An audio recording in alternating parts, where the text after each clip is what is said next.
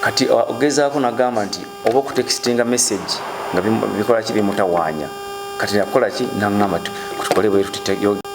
But you told us this is the message. What was the message on that invitation card? Could you just tell us what the message was? It was just impersonating. Yes. That one, there is someone who called me, go to CMI. Actually, they come to my wife, who connected with what? Connected with CMI. That I called. There is a gentleman who lives Mzee Kananula. That I'm impersonating to Mzee Kananula. Impersonated Mzee Kananula. Yes. Yes. Impersonating Mzee Kananula. That's threatening what I'm this made chestali. CMI name kwata kwetu.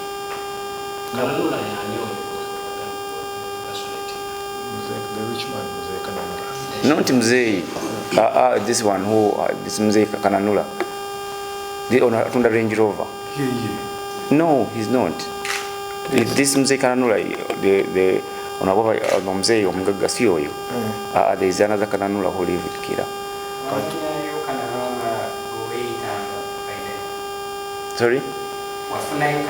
Chibali banteka kwetu. Search kola.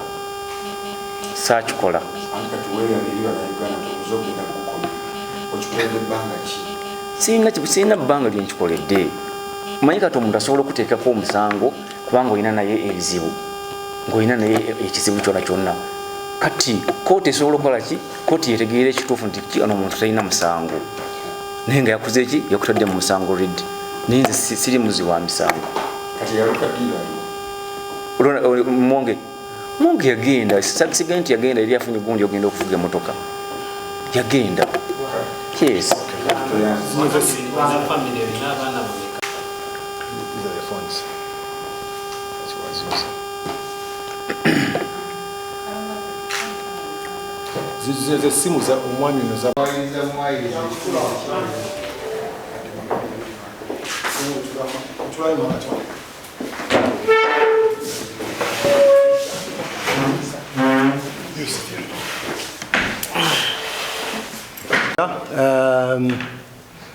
mu maaso go tuleese omwami abadde alimba abantu nti ye Commissioner General wa URA omwami Musinguzi, era ng'akozesa essimu ye okuweereza messages mu ba CEO aba kampani ennene ez'amaanyi ng'abagamba nti muwala we nga mwami Musinguzi agenda kwanjula. Mwami Musinguzi talina na muwala, ate mukimanyi bulungi nnyo sijji tafaanana mwami ono. Naye ekizibu kino tukiyina nnyo nga bantu bangi nnyo beerimbika nti either bakozi ba URA oba bakamishona ba URA ne bajjako ssente ku bantu. Badde njagala omwami ababuulira esitore ye mubuze olwalema okwogera kyoyagala ffe tunawulira olwakuwayiriza oba kituufu oba kyagalisira. Kati waliwo omwami gwe bayita nze bampita Ivan Chubairo,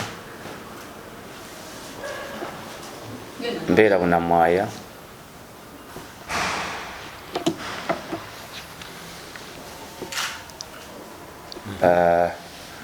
Bankwata ennaku z'omwezi nga 23 Saturday.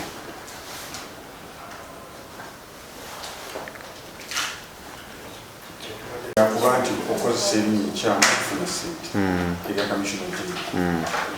Oli Mwami Musinguzi oba tubuulireko nga bwe kyabadde. Erinnya saalikozesa kubanga waliwo omuntu driver mukwano gwange bamuyita Muwonge Patrick, yakolanga mu roofing nga driver. Yajja okumpitiramu guno omuzannyo n'aŋŋamba asobola okukola ki? Asobola okuleeta bizinesi ennungi, esobola okukola ki? Esobola okuleeta ssente. Ne mugamba mbuulira. Kati olwamala n'aŋŋamba nti nze nakolanga mu roofing, nze ndi driver.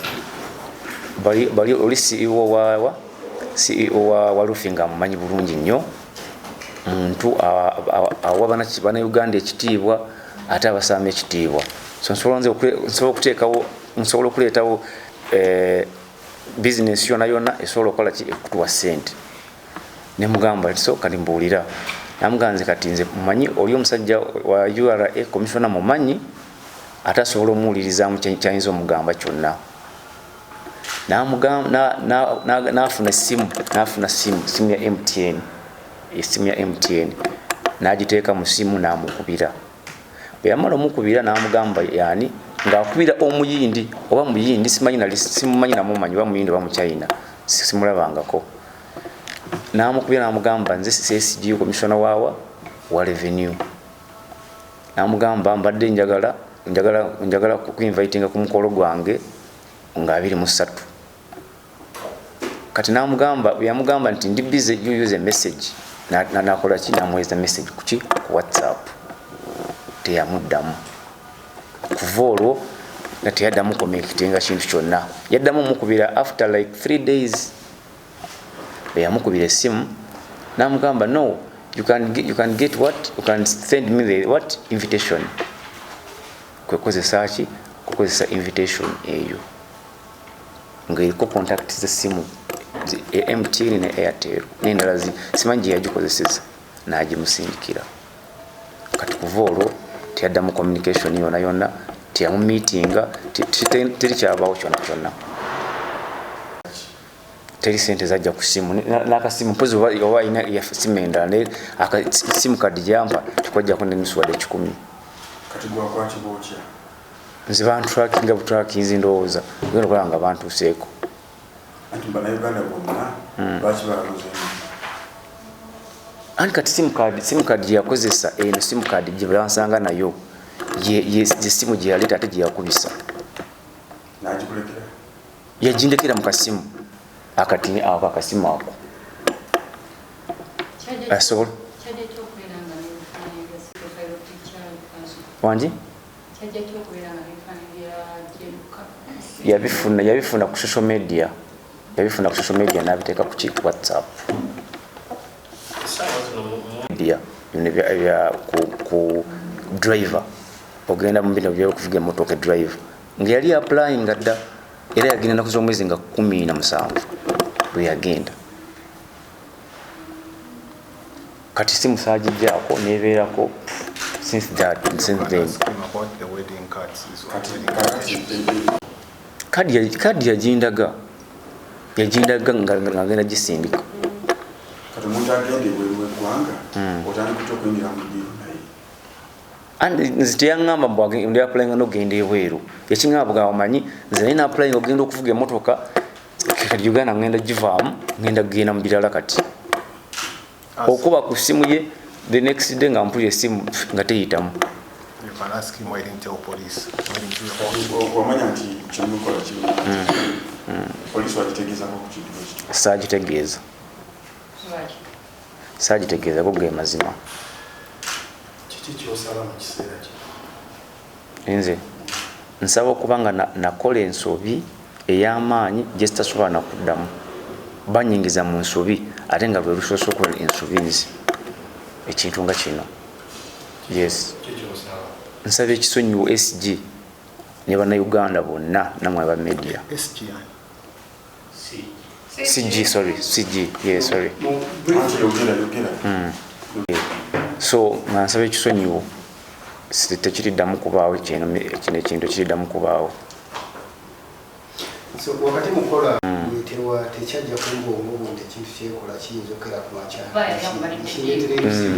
kati wenda neŋŋamba kino ekintu kiyinza okundeetera obuzibu kati mweyo gundi bwe bankwatya naye nga naye nina pulaani yogenda okukola ki okutegeeza poliisi nali ngenda kyogera yes kubanga nze sikolangako mistake yonna kubanga nzaalibwa tubadde mukomera ate naye nebizibu ne mukazi wange tubadde mukomera yes bansiba babuulire lwaki olikwesa bansiba nansi kale twalwana yeshuwa bya mukazi tulete poliisi wano yeshuwa bya mukazi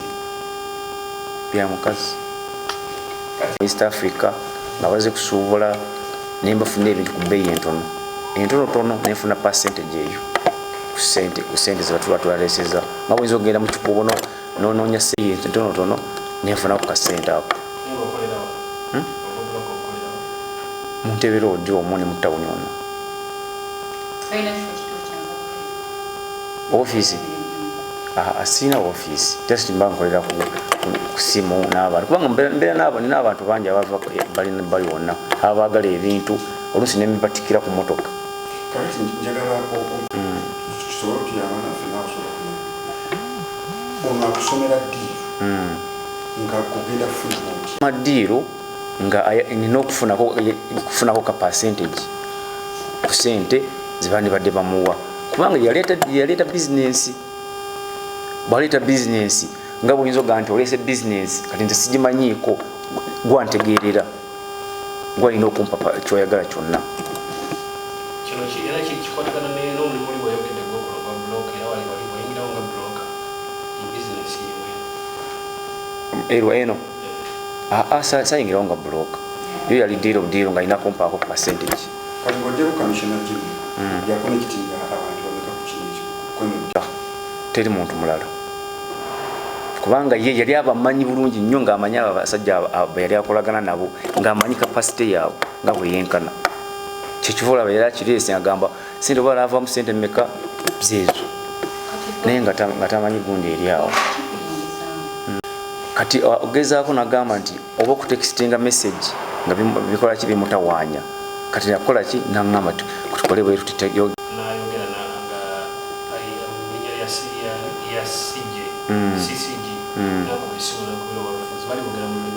kati omanye kana akasimu of course nange nina ensobi njirina sinabagamba sina nsobi njirina kakati eno invitation card zimwereza abantu kumbaga mwakazi wakabantu teri n'omu eno yokayoka gyebawa commissioner yeyokayoka gyenagira teri ndala wayagikolerawa nagenda okulaba nga agireese alabika agenda mu internet cafe n'agikola yes nalaba nga agireeta buleesi Now, different English. From the way you talk, you are very remorseful. Yes, that's what I'm saying. I'm going to plead to Commissioner General to forgive me for forgiveness for this thing. He's the one who brought me this thing. Because there is a deal where we can get some good money. Let's go and we do this and this. So he just bring that idea about those. Their staff and under the commissioner, what message does it? Are you giving to the public? No, what I can say that this thing it will never happen again, and I am to say that forgive me. I will never do that again.